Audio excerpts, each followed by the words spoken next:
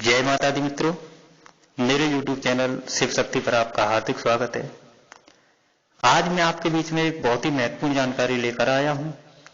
ये जानकारी उन साधक भाई बहनों के लिए है जो देवी की आराधना करते हैं, जो भाई बहन माता के किसी भी रूप की पूजा करते हैं, आराधना करते हैं, अनुष्ठान करते हैं, चाहे वो माता काली हो, माता लक्ष्मी हो, माता सरस्वती हो, 10 महाविद्याओं में से कोई हो, 9 दुर्गाओं में से कोई हो, जो माता के किसी भी रूप की आराधना करते हैं, पूजा करते हैं, साधना करते हैं, वो माता से सिद्धि प्राप्ति की कामना से साधना कर रहे हों या उनके कोई मनोवांछित कार्य हों जिनको वो माता की कृपा से पूर्ण करना चाहते हों, जिनको माता की सेवा करते हुए काफी समय हो गया है या जिनको अभी कुछ समय ही व्यतीत हुआ है, कुछ को थोड़े बहुत अनुभव हो रहे हैं या किसी को अभी तक किसी भी प्रकार के अनुभव नहीं हुए हों।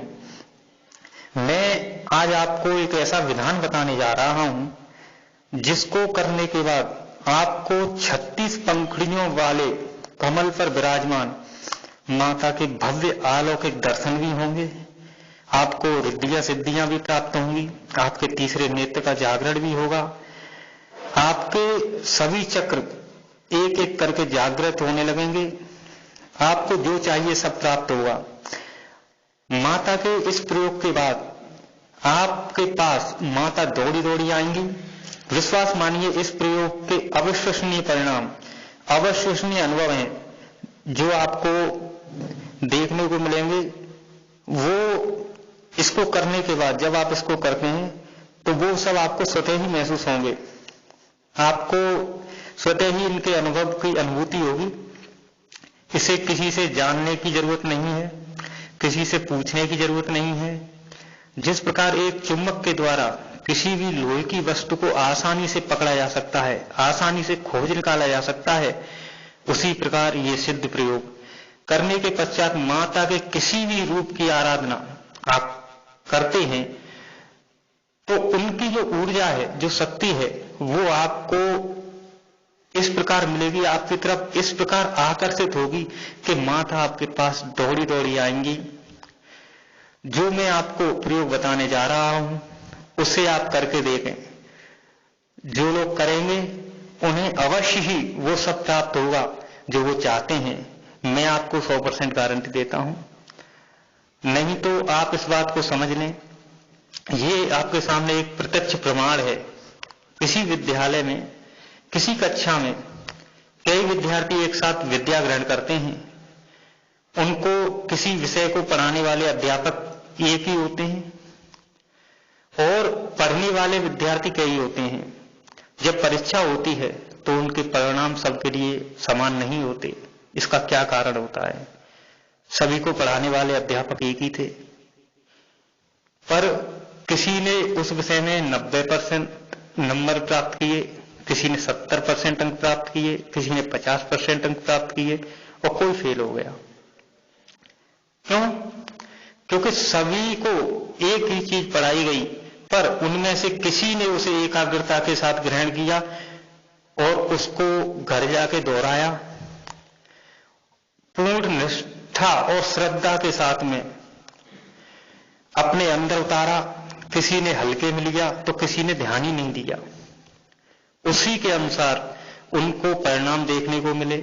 इस दुनिया में कोई भी गुरु अपने शिष्य को बिना शिष्य की मेहनत के किसी भी देवी देवता की सिद्धि नहीं करा सकता। वो केवल मार्गदर्शक बनकर उसको रास्ता बता सकता है। चलना तो शिष्य को ही पड़ता है, मेहनत शिष्य को ही करनी पड़ती है। ये जो क्रिया है आपके रास्ते को बहुत ही आसान बना देगी। जो आपके गुरु आपका मार्गदर्शन करते हैं उस हिसाब से चले, साथ में आप इस प्रयोग को करते हैं तो ये आपको एक आपकी जो आध्यात्म का मार्ग है उसे बहुत ही सुगम और सरल बनाने वाली क्रिया है। आखिर तक सुने, बने रहें। मैं आपसे अनुरोध करता हूं, कृपया मेरे चैनल को सब्सक्राइब करें, साथ ही बेल आइकन को दबाना ना भूलें, जिससे मेरे द्वारा अपलोड की गई किसी भी वीडियो की जानकारी पहुंचे आपके पास सबसे पहले और आप उसका लाभ ले सकें। अगर ये वीडियो में दी गई जानकारी आपको पसंद आती है तो वीडियो को लाइक करें और लोगों के पास शेयर करें, ताकि वो भी इस जानकारी को पूर्ण रूप से, इस जानकारी का जो लाभ है वो प्राप्त कर सकें। साथ ही कमेंट बॉक्स में जय माता दी अवश्य लिखें। इस प्रयोग की जानकारी देने से पहले मैं आपको कुछ बातें बता देना चाहता हूं जो आपको ध्यान में रखनी है। आप माता रानी की सेवा करते हैं, पूजा करते हैं, आराधना करते हैं, तो आप माता को देवी मानकर माता की पूजा ना करें।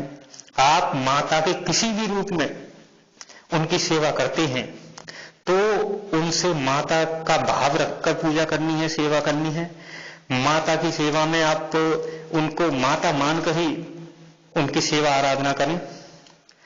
किसी भी महिला का अपमान ना करें, चाहे वो कोई हो, आपकी माता जी हो, आपके आसपास में रहने वाली कोई महिला हो, आपकी बहन हो, आपकी बेटी हो, भतीजी हो, पत्नी हो, चाहे कोई भी स्त्री हो, माता पर अटूट विश्वास रखकर ही माता की साधना करें।